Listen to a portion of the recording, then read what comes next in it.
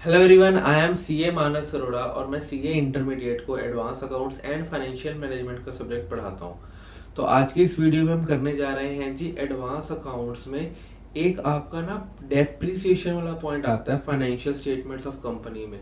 उसमें बच्चों को कई बार कंफ्यूजन हो जाती है कि प्रोविजन फॉर डेप्रिसिएशन और जब नॉर्मल डेप्रिसिएशन लगती है उनका कैसे ट्रीटमेंट होगा, कैसे ट्रीटमेंट नहीं होगा। आपने ये +1 में किया होता है, बट कई बार क्या होता है कि हम उस चीज़ को थोड़ा सा रिमेंबर नहीं कर पाते या हमको उस टाइम पे एग्ज़ाम में या फिर कई बार क्वेश्चन करते हुए स्ट्राइक नहीं होती। तो मैंने सोचा क्यों ना एक छोटी सी डेडिकेटेड वीडियो आपके डेप्रिसिएशन के लिए ही बनाई जाए, जिसमें कि मैं आपको डेप्रिसिएशन का कंसेप्ट जितना हमको चाहिए एडवांस अकाउंट्स में उतना मैं आपको बता दूं। हालांकि मैं सारा ही समझा दूंगा इसमें, तो मैं उस हिसाब से आपको समझा दूंगा ताकि आपका क्वेश्चन गलत ना हो पाए। मेरे लिए बहुत आसान है कि मैं आपको बता दूं कि ऐसे करना है वैसे करना है, बट पेपर में कई बार वो आपको कुछ ट्रिकी पूछ सकता है, तो आप वो सॉल्व नहीं कर पाओगे अगर आप याद करने के पॉइंट ऑफ व्यू से क्वेश्चन कर रहे हो। ठीक है जी। तो अपन यहाँ पे डेप्रिसिएशन की बात करने जा रहे हैं कि डेप्रिसिएशन कैसे चार्ज होती है, उसको कैसे चार्ज करते हैं। डेप्रिसिएशन हमको पता है क्या होती है, over the period systematic allocation होती है कि जैसे जैसे जैसे जैसे मशीन खींचती है उसको डेप्रिसिएशन चार्ज करते हैं। अब डेप्रिसिएशन को चार्ज करने के दो मेथड्स हैं, एक है जी आपका ग्रॉस मेथड और दूसरा है जी नेट मेथड। अब इसका लॉजिक क्या है जैसे कि मैं एक एग्जांपल ले लेता हूँ कि 1 जनवरी 27 को मैंने एक मशीनरी खरीदी है जिसकी कॉस्ट है 1 लाख की। ठीक है जी। मैंने 1 लाख की मशीनरी खरीदी। मैंने सोचा क्यों ना हर साल मैं 10% की डेप्रिसिएशन लगाऊंगा। तो मैंने यहाँ 10% डेप्रिसिएशन लगाई, 90,000 कर लिया। फिर अच्छा, ये मैं स्ट्रेट लाइन मेथड से लगा रहा हूँ। फिर 10% डेप्रिसिएशन लगाई, फिर 10,000 चल दिया, 80,000 आ गया। ठीक है, ये कब आ गया जी आपका 20, ये आपकी 28 पे आ गई, 29 पे। तो ऐसे ही करते करते 1/4/32 को कितनी रह जाएगी, 70, 60, 50। तो इस दिन आपकी मशीन की वैल्यू कितनी रह जाएगी, 50,000। ठीक है, नॉर्मल 10% की डेप्रिसिएशन लगाते हुए। अब मेरे को 1/4/2032 को किसी ने पूछा कि यार तुमने मशीन कितने की खरीदी थी। मैं कहूँगा यार पता नहीं, मैं एक बारी काम करता हूँ, जिस दिन मशीन खरीदी थी ना वहां पे जाके देखता हूँ कि कितने की खरीदी थी, क्योंकि इस दिन तो आपका एक नया लेजर बना होगा, टू बैलेंस ब्रॉट डाउन हुआ होगा ना। 1/4/32 को टू बैलेंस ब्रॉट डाउन हुआ होगा 50,000 का। तो मैं कहूँगा यार मैं ना पीछे जाके देखता हूँ कि मैंने कितने की खरीदी थी।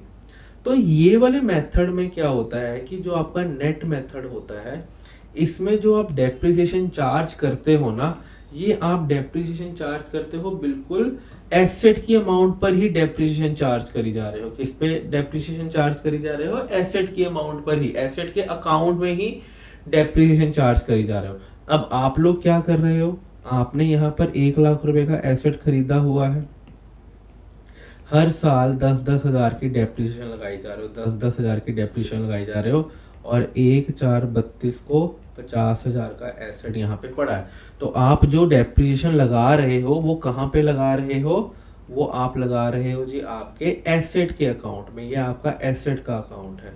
ठीक है जी, टू बैंक आपने यहाँ पे किया हुआ है।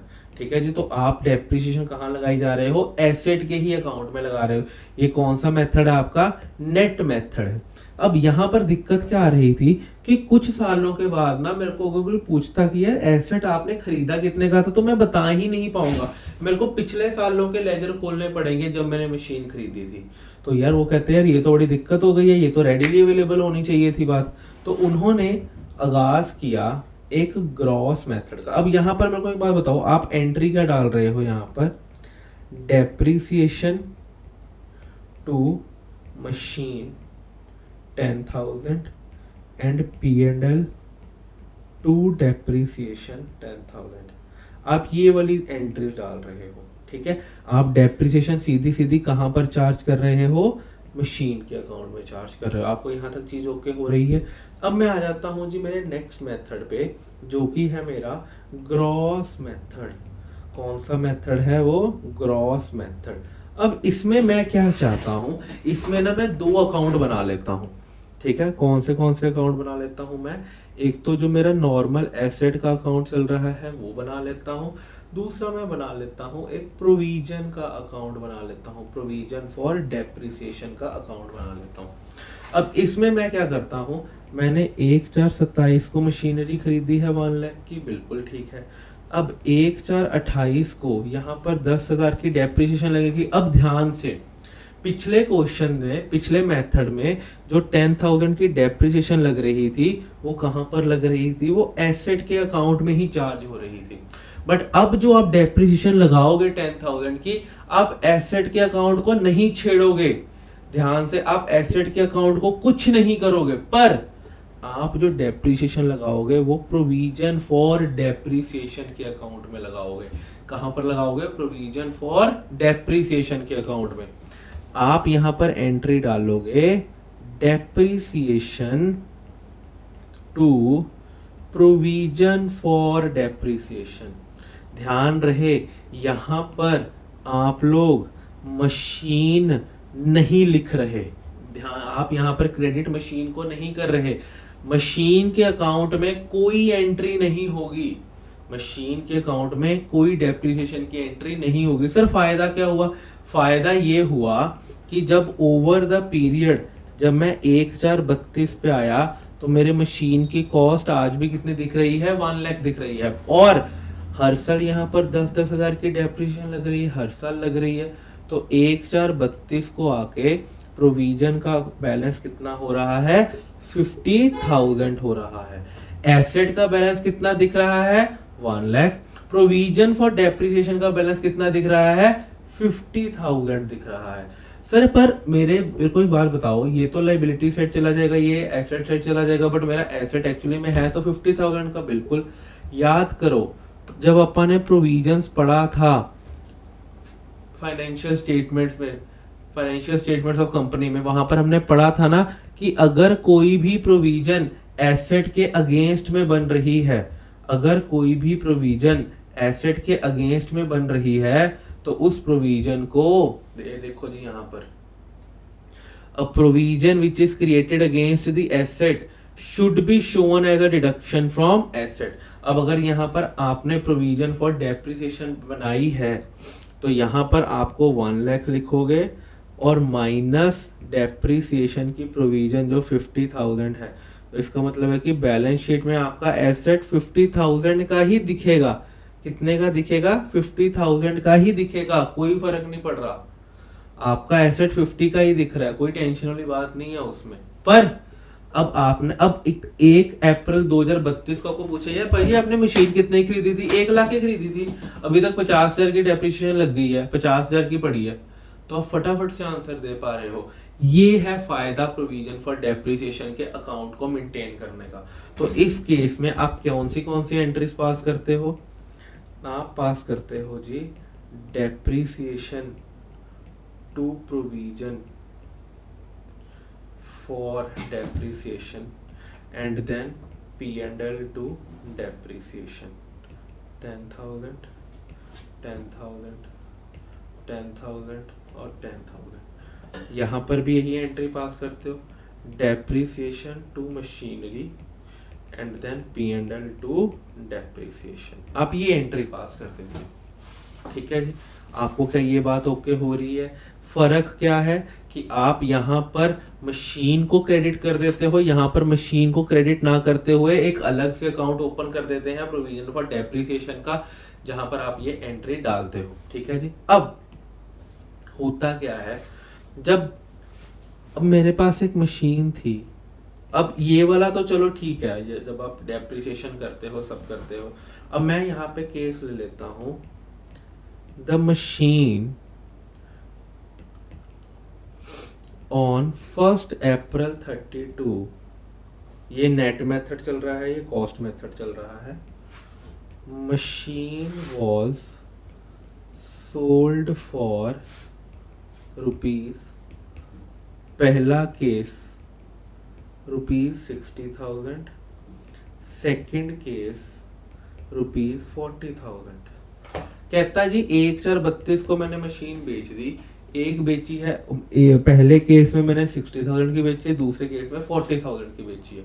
तो अगर मैं अपना फर्स्ट केस ले लेता हूं तो मेरी मशीन की, मेरे को एक बार बताओ, मेरे मशीन की रिटर्न डाउन वैल्यू है कितनी? आज की डेट पे मेरे मशीन की रिटर्न डाउन वैल्यू कितनी 50,000 है ना। This is my net method and this is my gross method. तो मेरे को एक बात बताओ, आज मशीन की WDV कितनी है, WDV है जी 50,000। तो यहाँ पर मैं मशीन का अकाउंट बनाऊंगा या फिर मैं कहूँ तो मैं एसेट का अकाउंट बनाऊंगा, और यहाँ पर मैं लिखूंगा टू बैलेंस ब्रॉट डाउन 50,000। सबसे पहले केस में मैंने कितने की मशीन बेची है, 60,000 की, तो मेरे बैंक में कितना पैसा आ गया, 60,000। तो क्या मेरी मशीन बिल्कुल खत्म हो गई, यस। तो इसका मतलब है कि जो पैसा बचा P&L का वो कहाँ चला जाएगा, मेरा प्रॉफिट एंड लॉस में। क्या ये मेरा गेन हो गया 10,000 का, फटाफट से बताओ, क्या ये 10,000 का मेरा गेन हो गया, क्योंकि अब तो बाय बैलेंस कैरिड ऑन कुछ आएगा नहीं, क्योंकि कोई मशीन बची ही नहीं है। तो यहां पर मेरा कितना आ गया 60,000, और यहाँ आ गया जी 10,000 का मेरा प्रॉफिट एंड लॉस। ओके हो गई जी बात, कोई प्रॉब्लम तो नहीं है आपको, ठीक है जी। अब आओ जी नेक्स्ट। अब मैं कहता हूं कि जी नेक्स्ट केस में, केस नंबर 2 में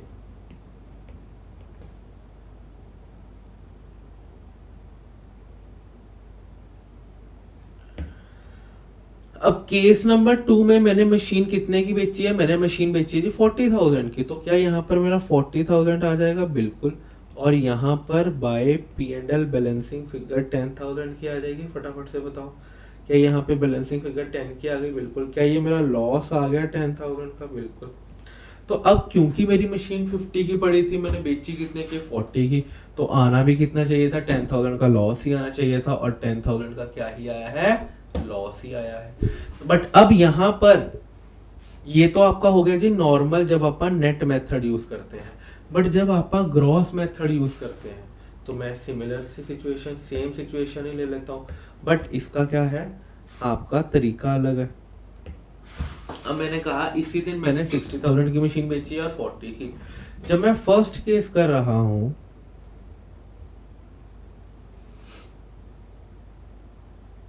तो ये मेरा मशीनरी का अकाउंट बन रहा है जी।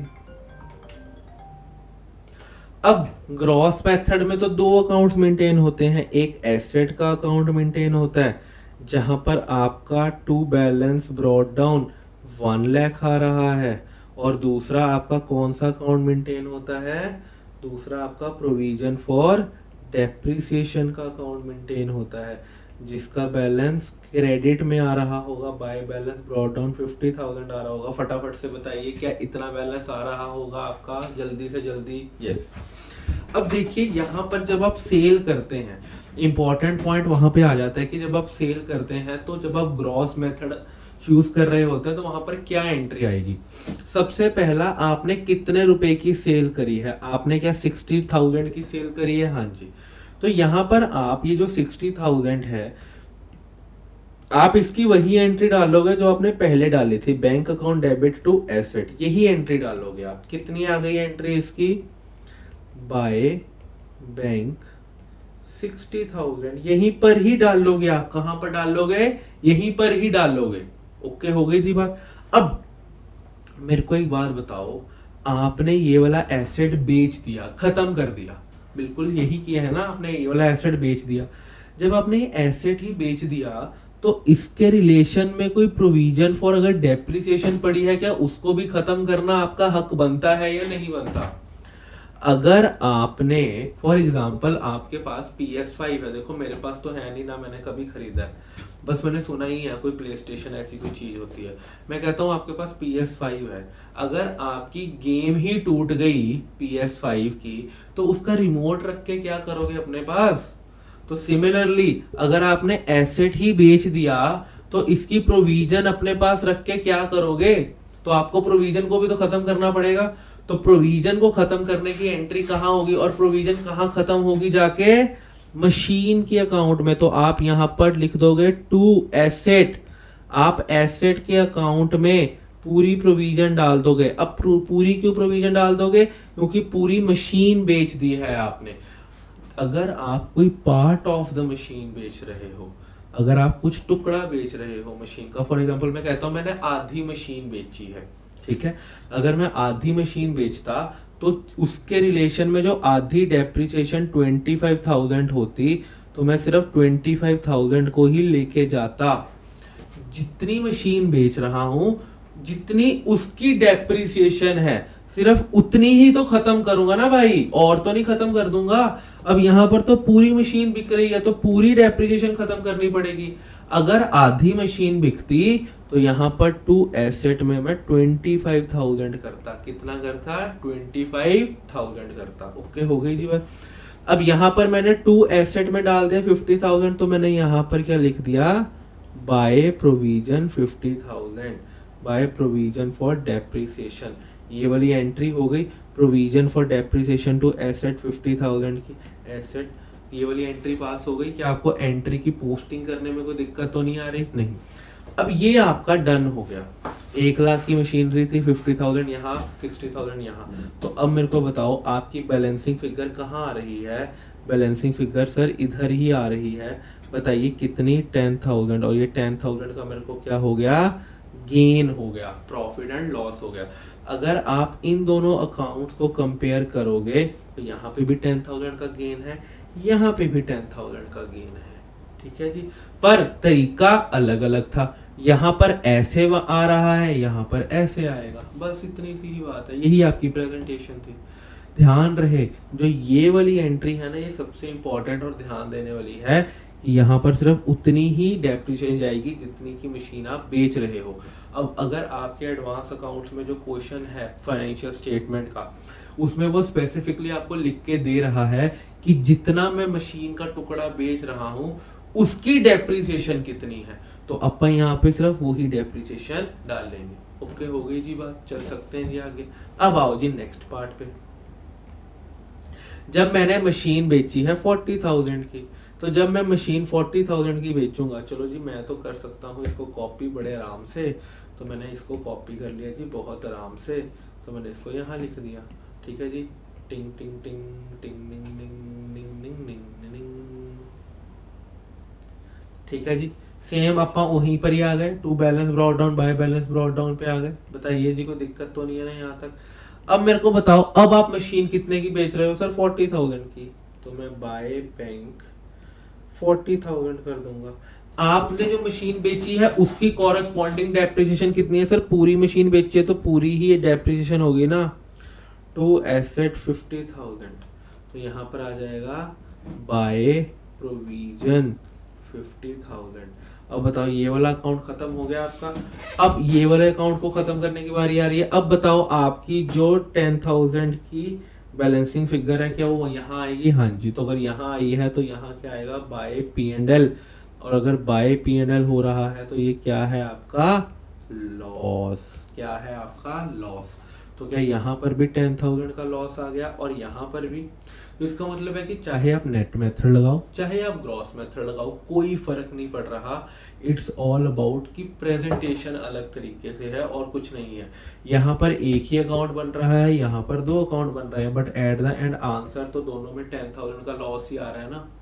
ये था जी आपका प्रोविजन फॉर डेप्रिसिएशन वाला बात। ओके हो गई जी बात। ये थी जी बात मैंने जो कि मैंने आपको बतानी थी। ये था। इसके बाद जब आप अपना डेप्रिसिएशन वाला क्वेश्चन करोगे तो आपका 100% हो जाएगा। ध्यान में सिर्फ क्या रखना है, ये वाली एंट्री को कि कितने अमाउंट से आएगी। और जब आप प्रोविजन लगा रहे हो तो हर साल प्रोविजन आपकी आती रहेगी। ओके हो गई जी बात। Thank you very much. मिलते हैं जी नेक्स्ट वीडियो में। तब तक पढ़ते रहिए मन लगा के, और इस चैनल को सब्सक्राइब जरूर कर लीजिए क्योंकि इस चैनल में बहुत सारा ऐसा वैल्यूएबल कंटेंट आपको मिलता रहेगा। Thank you.